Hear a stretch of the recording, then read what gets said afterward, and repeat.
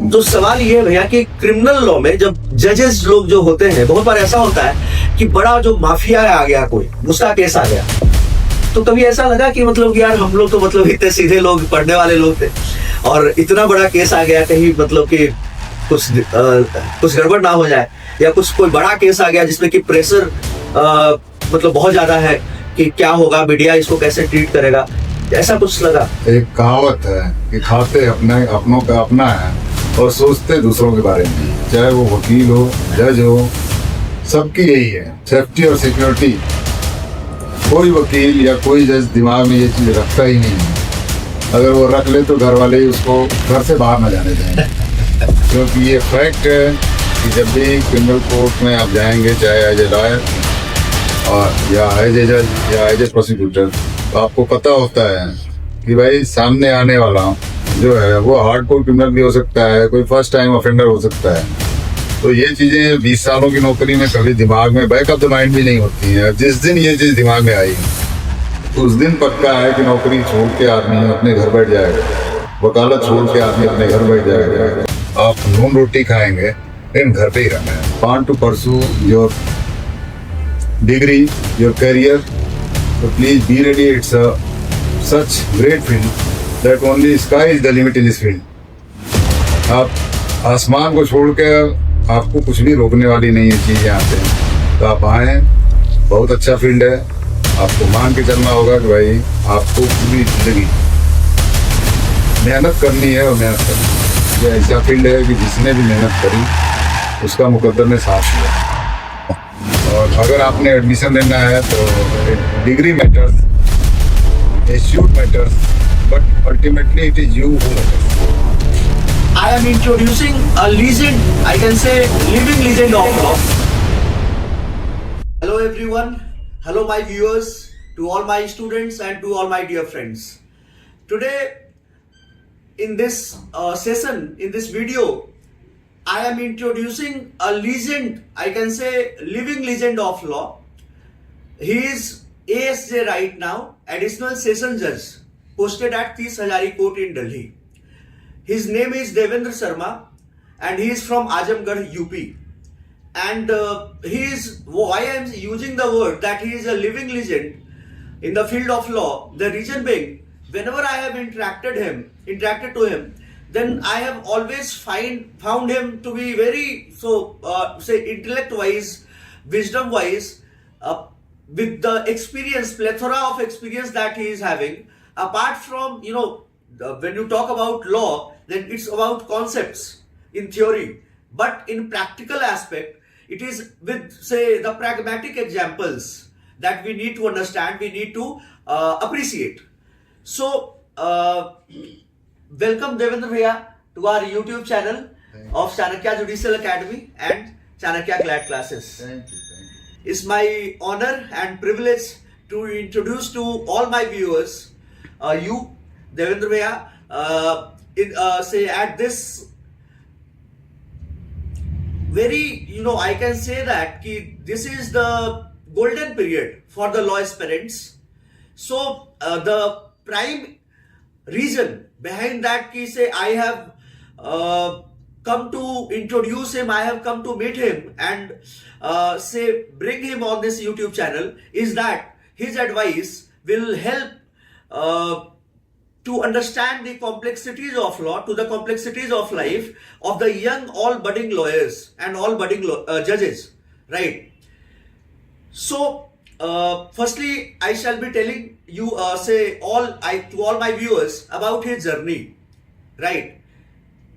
He qualified Delhi Judicial Services exam in 2002. In the month of August, the result got published, and then his training started off in the month of March, the very next year in 2003, and then next year in the month of August again he was given the court to discharge his official functions in conformity with the commands of the law at 30 Hazari Court, right?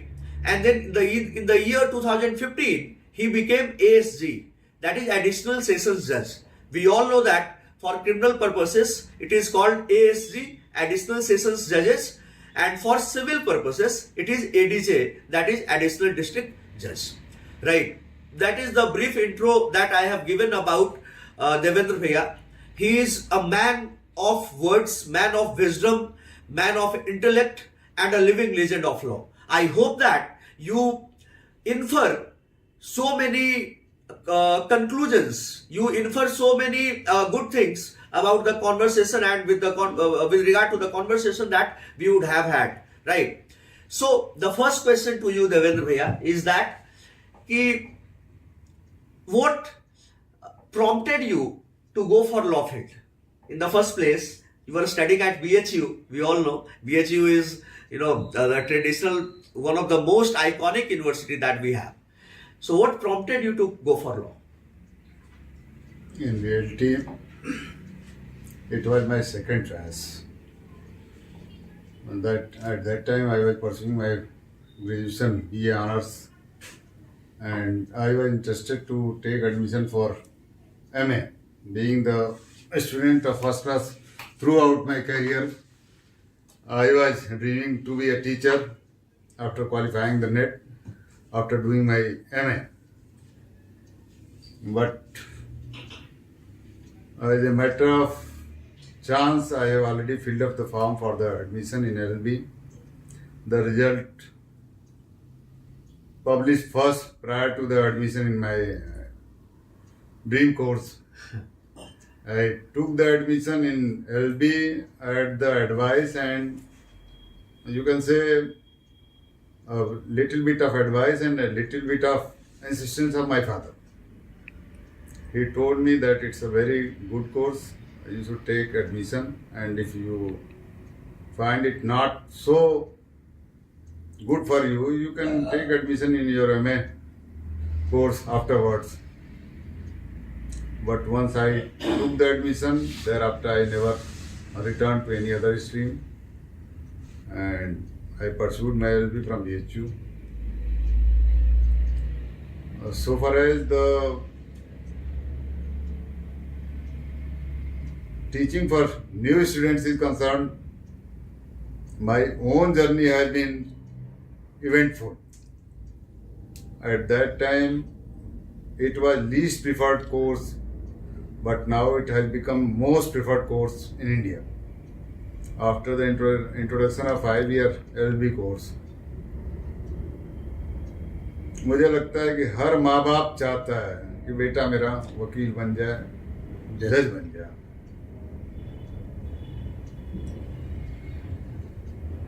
एक चीज ध्यान में रख के आनी है इस field में, it is the sole field where you require study for your whole life, either as a जज और as an advocate. You have to study. That may be for 10 minutes, 20 minutes, for 1 hour, but you have to study.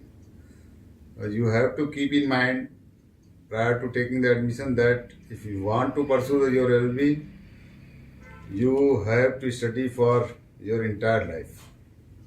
This is the first formula to take entry in this field. To become a judge or to become a good lawyer, the sheer hard work along with your luck, the combination of both would be resulting, and that too in future. What should we take precaution at the time of admission? That not only because that there is wide publicity in the newspaper, we are finding the news on the front page on daily basis about the law, about the courts, about the cases, and that is also influencing the young buddies to enter into this field. But my sincere advice would be that if you want to pursue your degree, your career, so please be ready. It's such great field that only sky is the limit in this field. आप आसमान को छोड़ के आपको कुछ भी रोकने वाली नहीं है चीज़ यहाँ पे, तो आप आएँ. बहुत अच्छा फील्ड है, आपको मान के चलना होगा कि भाई आपको पूरी जिंदगी मेहनत करनी है और मेहनत करनी है। बाकी सफलता के बारे में आपको सोचना नहीं है। ये संभव है कि शुरुआती दौर में सफलताएं आपको दिखें कि नहीं हैं, लेकिन आप सफल होगे, ये पक्का है। ये ऐसा फील्ड है कि जिसने भी मेहनत करी उसका मुकद्दर ने साथ दिया। तो और अगर आपने एडमिशन लेना है तो degree matters, institute matters, but ultimately it is you who matters.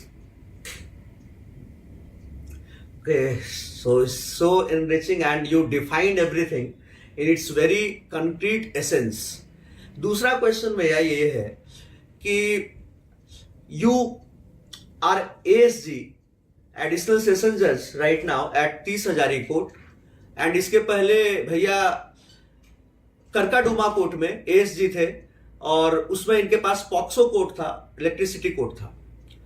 तो सवाल ये है भैया कि क्रिमिनल लॉ में जब जजेस लोग जो होते हैं, बहुत बार ऐसा होता है कि बड़ा जो माफिया आ गया कोई, उसका केस आ गया, तो कभी ऐसा लगा कि मतलब कि यार हम लोग तो मतलब इतने सीधे लोग, पढ़ने वाले लोग थे और इतना बड़ा केस आ गया, कहीं मतलब कि कुछ गड़बड़ ना हो जाए, या कुछ कोई बड़ा केस आ गया जिसमें कि प्रेशर मतलब बहुत ज्यादा है कि क्या होगा, मीडिया इसको कैसे ट्रीट करेगा, ऐसा कुछ लगा? एक मजेदार चीज है कि इस प्रोफेशन में एक कहावत है कि खाते अपनों का अपना है और सोचते दूसरों के बारे में। चाहे वो वकील हो, जज हो, सबकी यही है। और सो फार एज सेफ्टी और सिक्योरिटी, कोई वकील या कोई जज दिमाग में ये चीज़ रखता ही नहीं है। अगर वो रख ले तो घर वाले ही उसको घर से बाहर न जाने दें। क्योंकि ये फैक्ट है कि जब भी क्रिमिनल कोर्ट में आप जाएंगे, चाहे एज ए लॉयर और या एज ए जज या एज ए प्रोसिक्यूटर, तो आपको पता होता है कि भाई सामने आने वाला जो है वो हार्डकोर क्रिमिनल भी हो सकता है, कोई फर्स्ट टाइम ऑफेंडर हो सकता है। तो ये चीज़ें 20 सालों की नौकरी में कभी दिमाग में बैक ऑफ द माइंड भी नहीं होती हैं। जिस दिन ये चीज़ दिमाग में आई उस दिन पक्का है कि नौकरी छोड़ के आदमी अपने घर बैठ जाएगा, वकालत छोड़ के आदमी अपने घर बैठ जाएगा। क्योंकि सबको पता है कि गैंग राइवलरी होती है, बाकी चीज़ें होती हैं।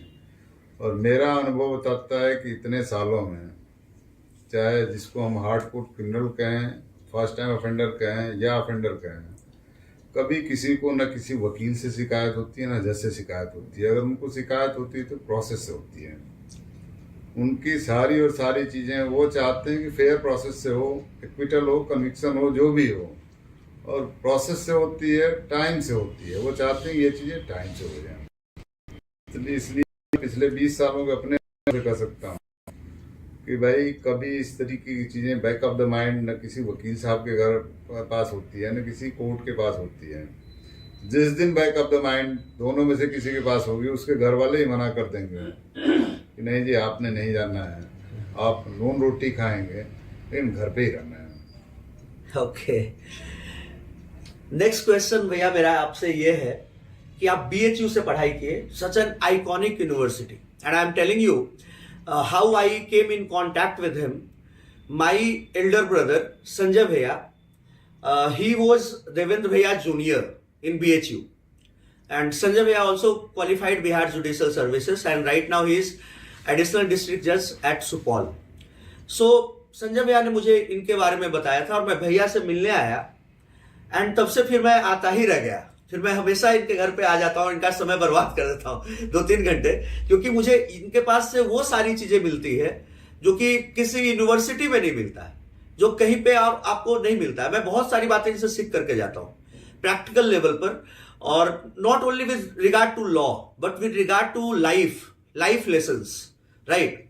लाइफ साइंस क्या होना चाहिए, तो बहुत सारी चीजें आप बात करते हुए कॉन्वर्सेशन के बीच में आप समझते हैं। तो भैया को लाने का मेन पर्पस ये भी है कि जो इनका एक्सपीरियंस है लाइफ का, जो एसेंस है, जिस तरीके से इन्होंने लाइफ जिया है, तो वो आपको बताए, वो शेयर करें। तो भैया मेरा सवाल ये है कि Delhi judicial services is considered in India to be the mother of all judicial services, and you qualified Delhi judicial services in very first attempt. how it became possible? वो लाइफ में एक चीज हमेशा सबने नोटिस करनी है, चाहे आप लॉ के फील्ड में आओ, मैनेजमेंट के फील्ड में जाओ, या आप कहीं भी जाओ, it's your labour which is the primary thing. आपकी मेहनत, आपका श्रम प्राइमरी चीज़ है। साथ में लक एक ऐसी चीज़ है जो हमेशा लेबर को फेवर करती है, लेकिन लक का भी उतना ही रोल होता है। बिना मेहनत किए आप सोचो कि लक फेवर कर जाएगी तो कभी संभव नहीं है। मेरा यहाँ आना भी एक अद्भुत संयोग है। हम 3 लोग फॉर्म भरा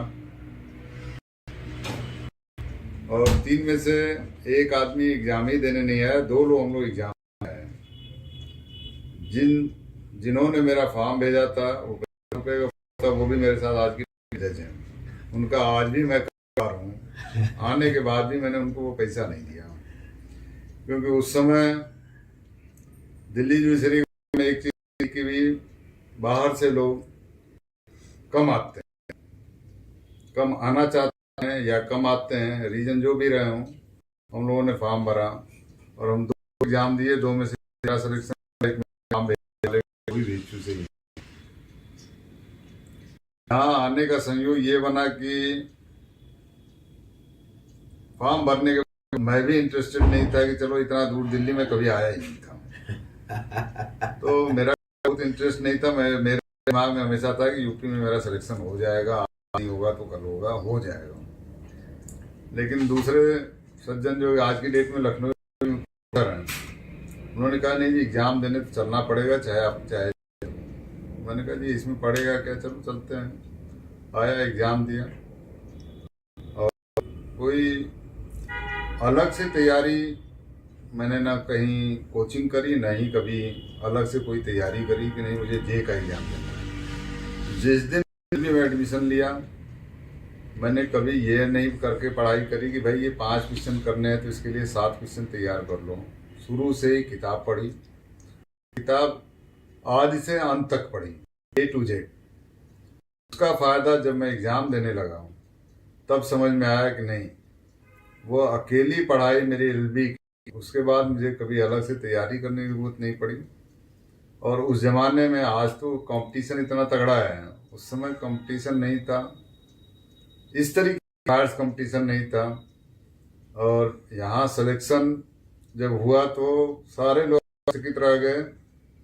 दिल्ली में सिलेक्शन होना उस समय नामुमकिन ही माना जाता था, दिल्ली से बाहर वालों के या दिल्ली के आसपास वालों के लिए, क्योंकि उसमें पहली बार वो, जहाँ तक मुझे पता है कि पूर्वांचल से आने वाले मेरे साथ एक और जी साहब हैं, ये हम 2 लोग आए थे। तो एग्जाम के बारे में जहाँ तक रही बात, एग्जाम की एक चीज़ मैं क्लियर कर दूँ कि आपका लेबर, और स्पेशली जब आप एडमिशन लेते हैं day 1 you start preparing for study, not for any exam. अगर आप पढ़ते हैं तो सफलता मिलती है, एग्जाम तो बाद में आएगा। क्या आपका एग्जाम हर दिन है, आपका रोज रेगुलर क्लासेस अटेंड करना ही एक बहुत बड़ा एग्जाम है। उसके बाद वापस के आके अपनी तैयारी करना, अपनी पढ़ाई करना, अपना विजन करना, फ्यूचर के लिए चीज़ों को करके जाना, वो भी एक एग्जाम है। ये हर घड़ी एग्जाम है और आपको हर घड़ी पढ़ना है। आप ये केवल कानून के लिए या लॉ के लिए ही नहीं, बाकी जीवन के हर मोड़ के लिए इसलिए आप हर समय मिलते हो। आप घर में, परिवार में, आप 2 बच्चों के बीच की लड़ाई में आप घर पे भी होते हो। ऐसा नहीं होता है कोर्ट जज होते हैं, 2 बच्चों की लड़ाई में एक बड़ा जो है वो हमेशा जज होता है। अंतर क्या होता है दोनों प्रोफेशन में कि उस जज को मैटर को सुलझाने में घंटों लगते हैं। यहाँ कई बार क्या होता है कि हमें सेकंड में डिसीजन लेना होता है कि जी हमारे वकील साहब नहीं है, एक पार्टी करती है इसलिए डेट दे, दूसरी पार्टी करती है कि नहीं जी डेट नहीं लगनी चाहिए। विद इन सेकेंड हमें डिसाइड कर लेना है कि डेट देनी है तो विथ देनी है, नहीं देनी है, बस इतने है। अदरवाइज लाइफ में हर आदमी जज है, कभी अपना है, कभी दूसरों का है, कभी परिवार का है। प्रोफेशन का खाली इतर यही है कि हम हमेशा दूसरों के जज हैं। लेकिन साथ में हम हमेशा खुद भी होते हैं। हमारे अपने एक्ट, अपने डिसीजंस, हर चीज जाती है। तो ये एक नोबल प्रोफेशन है, जिस प्रोफेशन में आपको कभी परेशान होने की जरूरत नहीं है, केवल नेचुरल रहने की जरूरत है। क्योंकि मैं इस रिकॉर्डिंग के दौरान बहुत ज्यादा नहीं हूँ, टाइम कैमरा फेस में दिक्कत होती है, लेकिन आपको अपनी प्रोसीडिंग्स में अपने एक्ट नेचुरल होना है, यही इस फील्ड में है। और आपको यहाँ पे कहीं कोई परेशानी होनी ही नहीं है। एक बार आपने अपनी पढ़ाई लिखाई ढंग से भी करके आ गए तो कोई परेशानी नहीं आए कभी भी लाइफ में नहीं है। और बाकी कुछ मुकद्दर का भी रोल है, जिसमें आज अविनाश कर रहे हैं तो उसमें मुकद्दर का भी रोल है। उसको आप इस तरीके कर सकते हैं, मेरे जूनियर के भाई निकले तो ये एक मुकद्दर से आप समझिए मुलाकात, अदरवाइज कहाँ मुलाकात होती है, कहाँ मैं बनारस और उसके बाद दिल्ली, सारा कर्म क्षेत्र बंगलोर पटना रहा, लेकिन मुलाकात होती है तो मुकद्दर होती है। तो मुकद्दर का यही इतना ही है, बाकी इनका हार्ड वर्क है। आज मुकाम पे है, ये अपने हार्ड वर्क है। मैं यहाँ पहुँचा हूँ, मैं बोलूँगा कि हार्ड वर्क है, इसे मुकद्दर को भी मानता हूँ, मैं बोल भैया ये बताइए कि बहुत बार ऐसा होता है कि सीरी तैयारी कर रहे हैं, 2 साल लग गया, 4 पहली बार में नहीं और लास्ट तक नहीं हुआ, तो फिर वो बंदा मतलब कि लिटिगेशन ज्वाइन कर लेता है, ऑटोमेटिकली लिटिगेशन में आ जाता है। तो लिटिगेशन में फिर उस स्कोप है, मतलब वो आगे एक अच्छा लॉयर बनना बहुत मुश्किल काम है। It's very difficult to be a good lawyer. तो उसके बारे में बताइए कि उसको कैसे अपने आप को लेके जाना।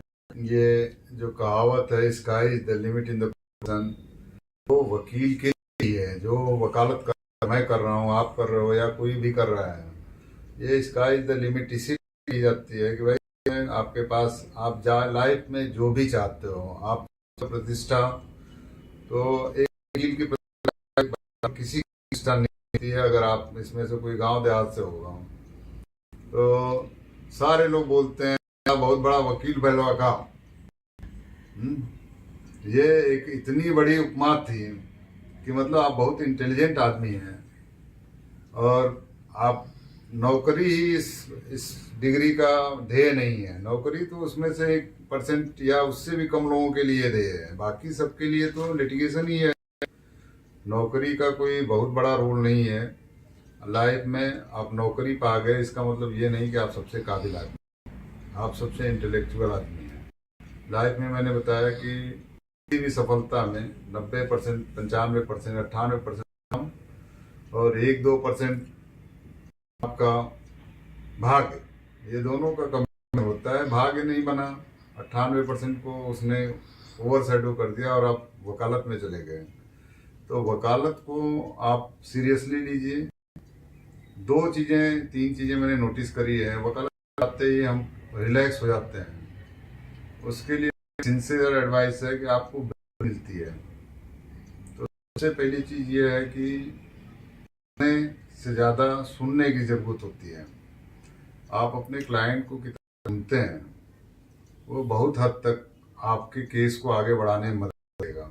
जो एक दिक्कत क्या आती है कि हमें ये समझाया जाता है कि हमें डिफेंस गढ़नी है। डिफेंस बहुत ज़्यादा नहीं चलती है, डिफेंस की होती है। अगर आप उसको सुनेगा तो आपका क्लाइंट ही डिफेंस सारी बताएगा। उस चीज़ को रखिए, आपको कभी भी उस केस में नहीं मिलेगी। दूसरी चीज़ पढ़ना, मैंने शुरू में भी कहा कि डिग्री है तब भी, प्रैक्टिस कर रहे हैं तब भी, जज हो गए तब भी पढ़ना। आप कुछ नहीं करिए, रोज आपके पास कोई ब्रीफलेस वकील हैं, अभी ट्रेनी जज हैं, आप रोज एक सोते समय जजमेंट पढ़ लीजिए 5 से 7 मिनट का। ये मत देखिए वो किस टॉपिक पे है, आप उसको पढ़िए। वो आपको किस दिन कहाँ काम आएगा आपको भी पता नहीं होगा। हर साल में अगर आप मिनिमम 365 जजमेंट पढ़ते हैं तो 365 जजमेंट किस केस कब कहाँ आपको आएंगे आपको पता नहीं होगा, लेकिन आपको हमेशा एनरिच करते हैं। आपकी डिफेंस तैयार करने में मदद करते हैं, आपकी लिटिगेशन तैयार करने में मदद करते हैं। आप सिविल के वकील बनना चाहते हैं तो वहाँ पे भी आपको मदद करेंगे, क्रिमिनल बनना चाहते हैं वहाँ भी, इवन आप भी हो जाते हैं कल को, वहाँ भी आपकी अपनी पढ़ी हुई चीज़ें। आप ये मत सोचिए कि भाई आप जूरिस्प्रूडेंस पढ़ना शुरू करते हैं तो सब लोग कहते हैं भाई ये रियलिस्टिक स्कूल ऑफ लॉ, इसकी क्या जरूरत पड़ेगी जब मैं वकील हो जाऊंगा या मैं जज हो जाऊंगा। इसकी ज़रूरत वहाँ भी पड़ती है।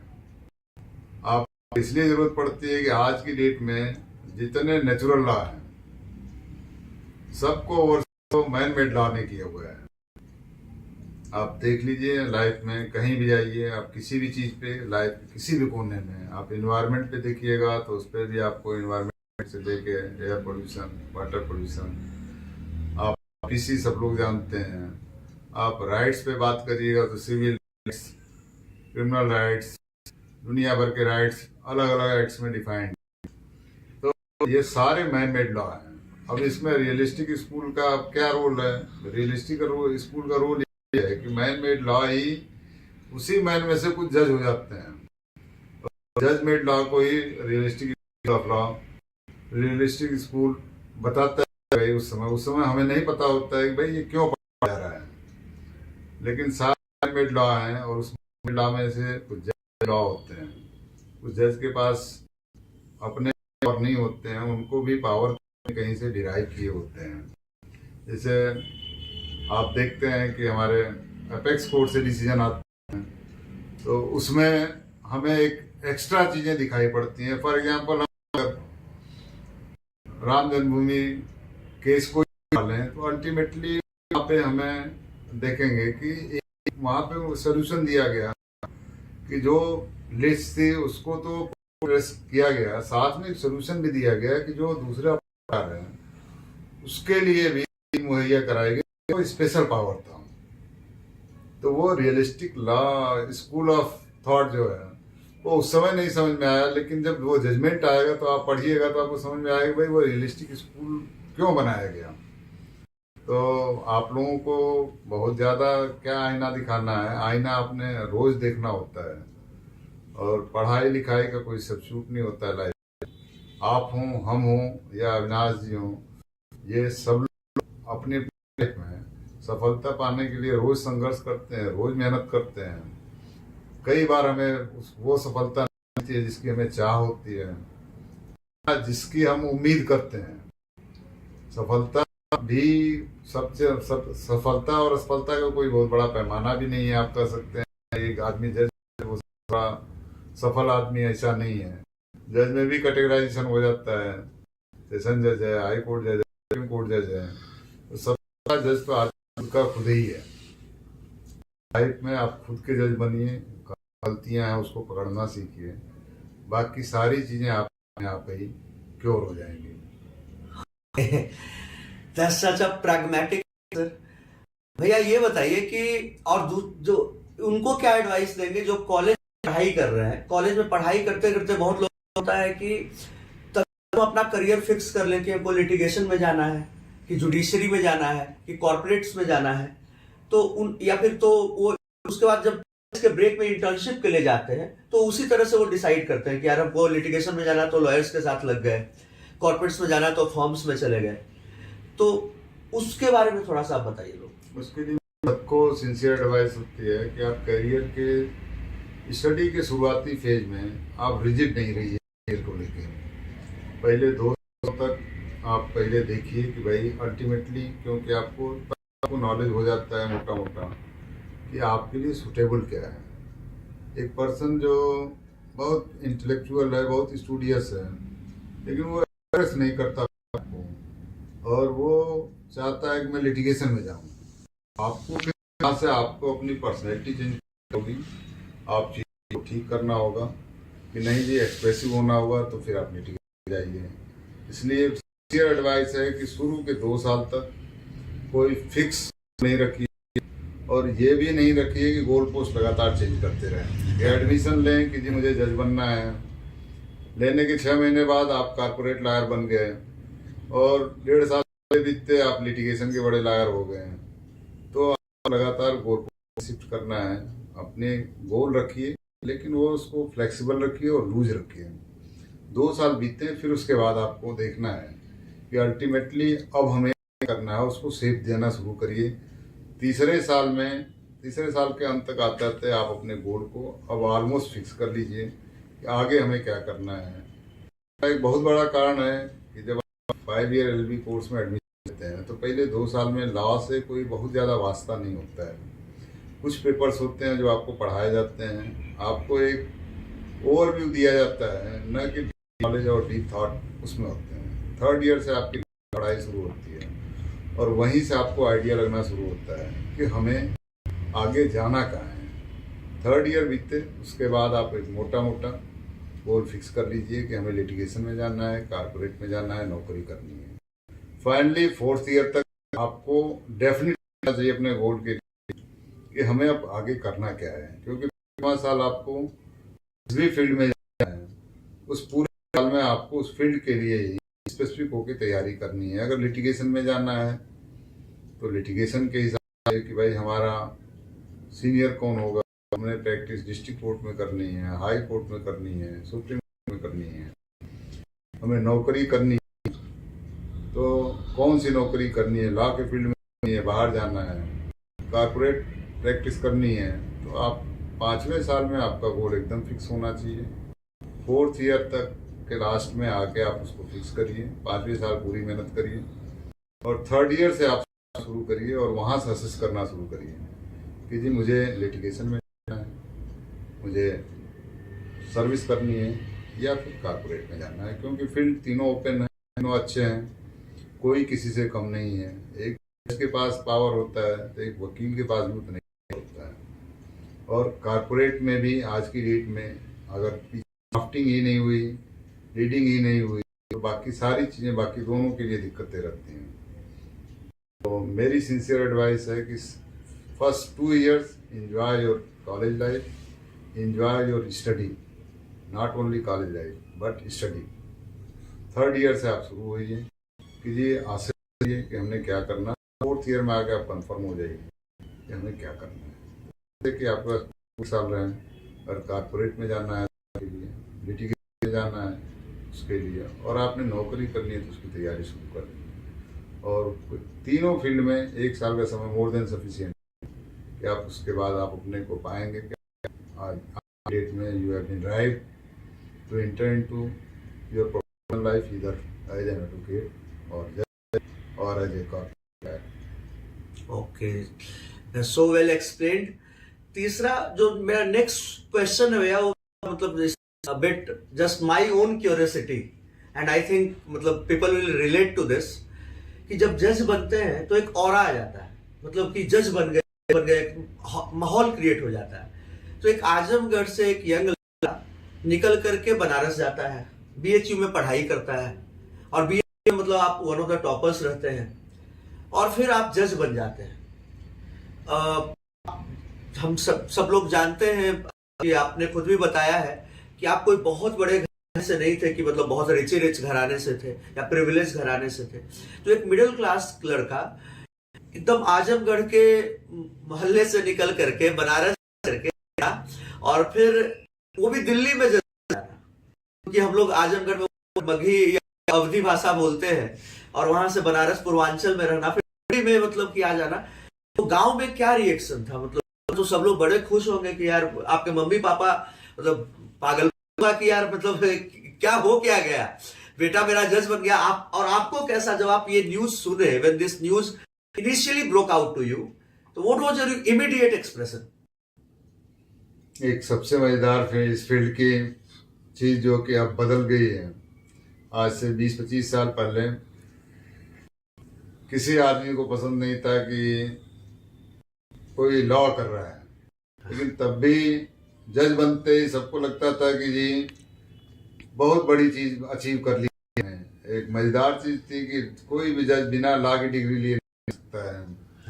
तो ये विरोधाभास उस समय भी मुझे समझ नहीं आता था कि लॉ करने वाले को तो कोई बहुत अप्रिशिएट नहीं करता, पूछते थे बीएड क्यों नहीं कर लिया। तो चीजों के बारे में अब वो जज बनने के बाद उस समय सबको लगा कि हाँ जी ये हैं, आपने एक बहुत बड़ी सफलता हासिल कर ली। आज भी जज बनना अच्छी चीज मानी जाती है, बड़ी सफलता मानी जाती है, उस समय भी मानी जाती थी।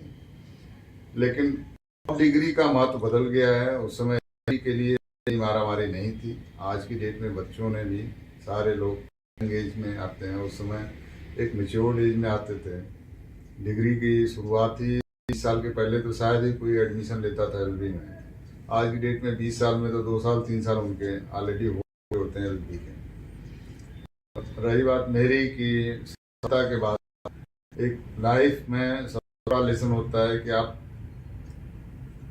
चाहे ऊंचाई पे पहुंच रहे हैं या कहीं भी जीवन में जिस भी मुकाम पे हूँ, मैं कभी ओवर एक्साइटेड हुआ और नहीं कभी ये लगा कि नहीं जी मैं ये चीज़ नहीं कर सकता, मुझे ये असंभव कुछ भी नहीं लगा। जज बना, दोस्तों ने पूरी, मुझसे ज़्यादा खुशी उनको हुई। मुझे तो जो होनी थी वो तो हुई, लेकिन मैं एक्सप्रेसिव आदमी नहीं रहा, तो इसलिए चीज़ें, हाँ मुझे भी लगा कि हाँ लाइफ में एक मुकाम है अब आगे चल के। और सबसे बड़ी बात माँ मना का आशीर्वाद, भीख मांग के बनाई यूनिवर्सिटी से पढ़ने वाले की। और जमाने में जब 200-250 रुपये सालाना फीस होती है, हॉस्टल फीस और ट्यूशन फीस, तो हमारे लिए तो एक बड़ी सफलता थी। परिवार के लिए, समाज के लिए भी सबका आशीर्वाद मिला, सबका प्यार मिला, और वो प्यार और आशीर्वाद आज तक बना हुआ है। इसका फायदा आज भी मुझे मिलता है। मेरे मम्मी पापा का क्या रिएक्शन था? मम्मी पापा आज की डेट की तरह उस समय कम्युनिकेशन साधन नहीं थे। मैं गया, पता चलने के बाद 1-2 दिन तो दोस्तों मित्रों ने ही जाने नहीं दिया। फिर 1-2 दिन बाद गया और फ़ोन पे बता था कि हाँ जी इस तरीके गया। जाने के बाद हर माँ बाप की एक चाहत होती है कि बेटा एक मुकाम पाए। उनको भी एक सेटिस्फैक्शन मिला कि बेटा मुकाम पाया। उस समय चीज़ें भी थोड़ी बदली थी, प्रैक्टिस वगैरह की रिस्ट्रिक्शन थी, 3 साल 4 साल सारी चीज़ें अप्रेंटिसशिप और प्रैक्टिस होता था, तो टाइम पीरियड लंबा था। लेकिन उन्होंने भी धैर्य नहीं खोया, मैंने भी धैर्य नहीं खोया, और धैर्य ही सफलता की कुंजी है लाइफ में। चाहे वो आप जज बने, वकील बने, कारपोरेटर बने, कुछ भी बने, सफलता की कुंजी धैर्य है। धैर्य आप अपना धारण करे रहेंगे, लाइफ में कुछ न कुछ मिलना ही है, और वो जो भी मिलेगा वो अच्छा ही मिलेगा। और माँ बाप प्रसन्न हुए, परिवार वाले भी, रिश्तेदारों ने भी। और सबसे ज़्यादा खुशी की बात तो हमेशा दोस्तों की थी। उनको लगता है कि हमारे बीच से चीज़ें हैं, क्योंकि उस जमाने में वैकेंसी और बाकी सिलेक्शन वगैरह थोड़े इतने रेगुलर नहीं थे जो आज की डेट में। उस समय न्यूज़ भी इतना नहीं होता था। आज तो फ्रंट पेज पे अगर 10 न्यूज़ हैं तो 10 में से 4 से 6 न्यूज़ कोर्ट के ही होते हैं। उस ज़माने में सारे पॉलिटिकल न्यूज़ करते थे, कभी कभार नहीं होता। ये प्रोफेशन नहीं, आज की बहुत हो गया। आप तारीफ सुना है, तो इस पे अगर रहिए बोलता अवश्य है आपके, लेकिन आपको सफलता अवश्य मिलेगी। सबसे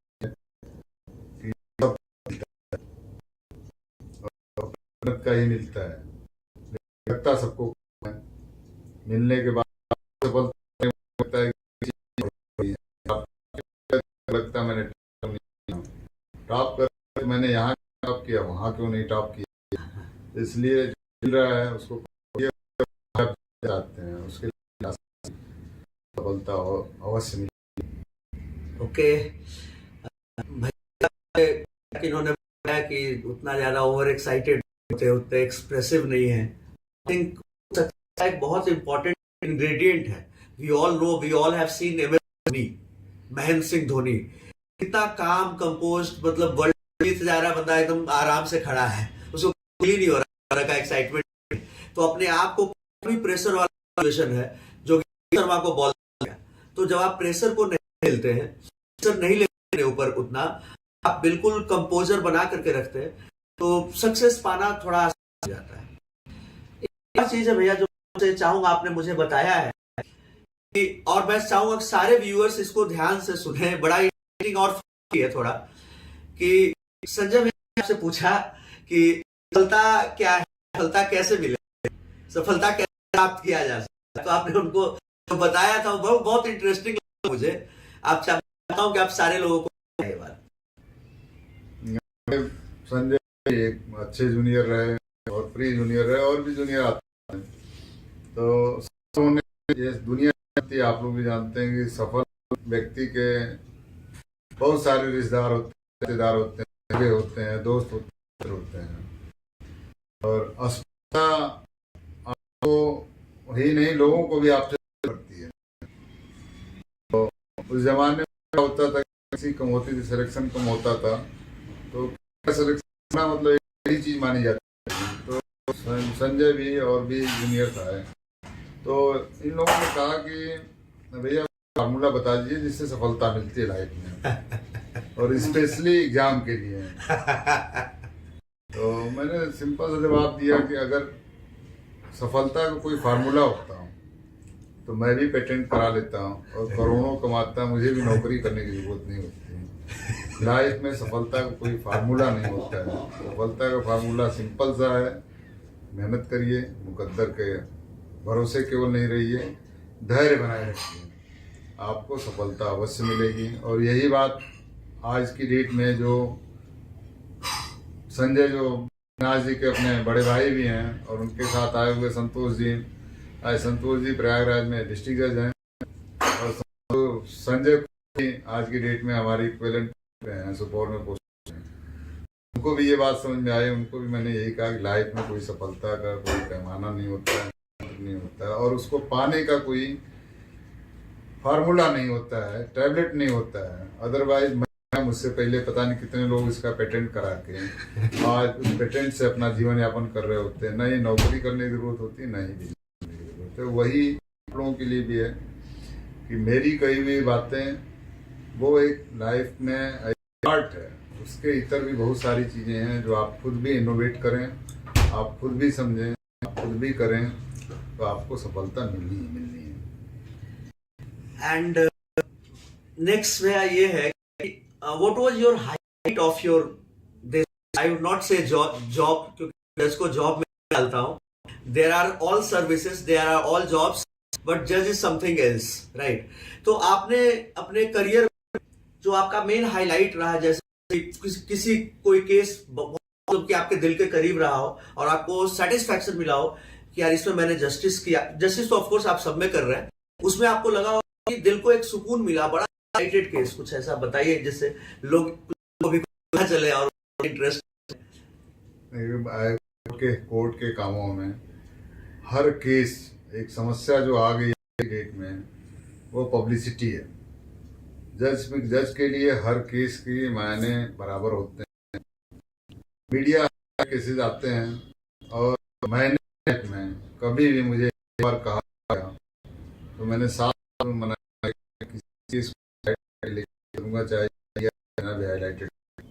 इसका अगर आप कहोगे बाउंड करने के लिए तो मैं मेरे लिए केस टाइम बाउंड है। मैं चाहता हूँ केस टाइम बाउंड है। मेरे पास से लेके और income tax, companies act, wild life act, rape cases, POCSO matter, बिजली चोरी, रेंट मैटर्स, सब तरीके के मैटर्स रहे। उसमें बहुत से हाईलाइटेड केसेस भी रहे, लेकिन उसमें मैंने कभी ये फर्स्ट टाइम है मैं इंटरव्यू भी दे रहा हूँ अविनाश जी के कहने पे। मेरी कोशिश ये रहती है, जज का काम होता है कि वो किसी केस को हाईलाइट ना करके वो हर केस को हाईलाइट करके रखे अपने पास, तभी वो लोगों को, क्योंकि आप न्याय देते हो, वो न्याय का भी आज की डेट में चेंज हो चुका है। अगर फैसला किसी के में है तो उसको न्याय मानता है, उसके अगेंस्ट हो गया तो न्याय नहीं मानता है। लेकिन काम है कि उसकी दृष्टि को बदल देना। आपके यहाँ से फैसला फेवर में हो, अगेंस्ट में हो, जाने वाला वादी प्रतिवादी अगर उस चीज पे कोई ऑब्जेक्शन नहीं करता है, कोई क्वेश्चन मार्क नहीं करता है, तो वही न्याय की परिभाषा है। इसलिए केसेस हर तरीके के रहे, उसमें बहुत सारे ऐसे केसेस रहे जो कि बाहर के कुछ केसेस ट्रांसफर होकर मेरे पास आए, और उन केसेस में भी लोगों ने कहा कि इसका ट्रायल टाइम बाउंड करो, मैंने कभी नहीं किया। उसका रीजन रहा है मेरे जो भी मैंने हर टाइम करता हूँ और आज भी करता हूँ और आज भी रहेगी वो चीजें। अविनाश जी घुरा के पूछ रहे हैं कि भाई मेरी एक टेंडेंसी वो एक भाग्य है, वो चीज बीट नहीं होती है और उसमें सबका रोल होता है, जिसमें प्रोसिक्यूशन शामिल होता है, उसमें डिफेंस लॉयर शामिल होते हैं, उसमें पुलिस शामिल होती है। अब डेट मांगने वाला डेट नहीं मांगेगा, वो सफलता है। केस डिसाइड करना मेरी सफलता नहीं है। अगर केस में डेट नहीं लग रही बिना काम के, तो एक कोर्ट की सफलता ये है कि आपको सामने आने वाला जो भी है वो जिस काम का है वो करके जाए। हमारी सफलता उसी में है, न कि पर्टिकुलर केस करना या पर्टिकुलर केस डिसाइड करना। तो मेरा अपना बस इतना ही करना है कि केसेस मेरे लिए सारे हाईलाइटेड हैं, आज थे, हैं और आगे भी रहेंगे। इस चीज़ को मैं आज की डेट में हाईलाइट नहीं करना चाहता कि कौन से केस को, क्योंकि एक केस को बोलने का मतलब होता है बाकी प्यारे सारे केस होते हैं, डिस्पोजल का होता है, पेंडेंसी भी होती है। तो भैया मतलब आई थिंक वेरी फ्यू जजेस जिनकी पेंडेंसी एक तरह से नेग्लिजिबल रहती है, मतलब बहुत ही क्लैरिटी के साथ सारा इन्होंने काम किया है, सारा चीज किया है, राइट। इसके बाद एक एडवाइस और उन लोगों को दीजिए जो कि अभी पास आउट किए हैं और लॉ में करियर बनाना चाहते हैं, जो कि अभी या फिर 11th में गए हैं या फिर 12th में गए हैं, पास आउट हुए हैं, उनको जाना है, उनको करना है, उसके लिए बताइए। हमेशा यंग बच्चों के लिए कि भाई इससे बढ़िया कोई फील्ड नहीं है। अगर आप इंटरेस्टेड हो तो आपके पास सबसे बढ़िया फील्ड है आज की डेट में। चीज़ों को समझने के लिए के साथ पाओ, लाइफ में का है कि आप आगे जाओगे। इस फील्ड में आपको एक चीज़ हमेशा ध्यान रखनी है कि आपको पंक्चुअलिटी, सिंसियरिटी और मेहनत, इन तीनों का कॉम्बिनेशन, अगर आप ये कंबाइन करने के लिए राजी हो तो आप बिल्कुल आओ इस फील्ड में। और जितना जल्दी आओगे सफलता मिलने के चांसेस उतने ही जल्दी होंगे। अगर आप चाहते हैं कि किसी अच्छे इंस्टीट्यूट में एडमिशन लो तो आप टाइम से तैयारी शुरू करो, क्योंकि स्पेशलाइज वो आप अदरवाइज अगर नहीं शुरू करते हो तो करते ही उन चीज़ों को कोप अप नहीं करोगे और क्वालिफाई करने में आपको दिक्कत आएगी। अगर आप चाहते बिना तैयारी के, तो इतनी यंग एज में, जितने अर्ली एज में उन चीज़ों को समझना करना शुरू करोगे, उतने ही जल्दी सफलता आपके चांसेस और उतनी ज़्यादा सफलता मिलने के चांसेस बढ़ जाते हैं। थैंक यू सो मच भैया for having you, and it was my complete to introduce your legacy to all the viewers, to all the friends. भैया की कॉन्सेप्ट क्लैरिटी बहुत ज्यादा है, इनसे कोई भी करो, कुछ पूछो भी तो इतनी क्लैरिटी के साथ ये बताता है कि मजा आता है। I hope that you find it very interesting, right. Thank you, thank you much, thank you everyone, thank you.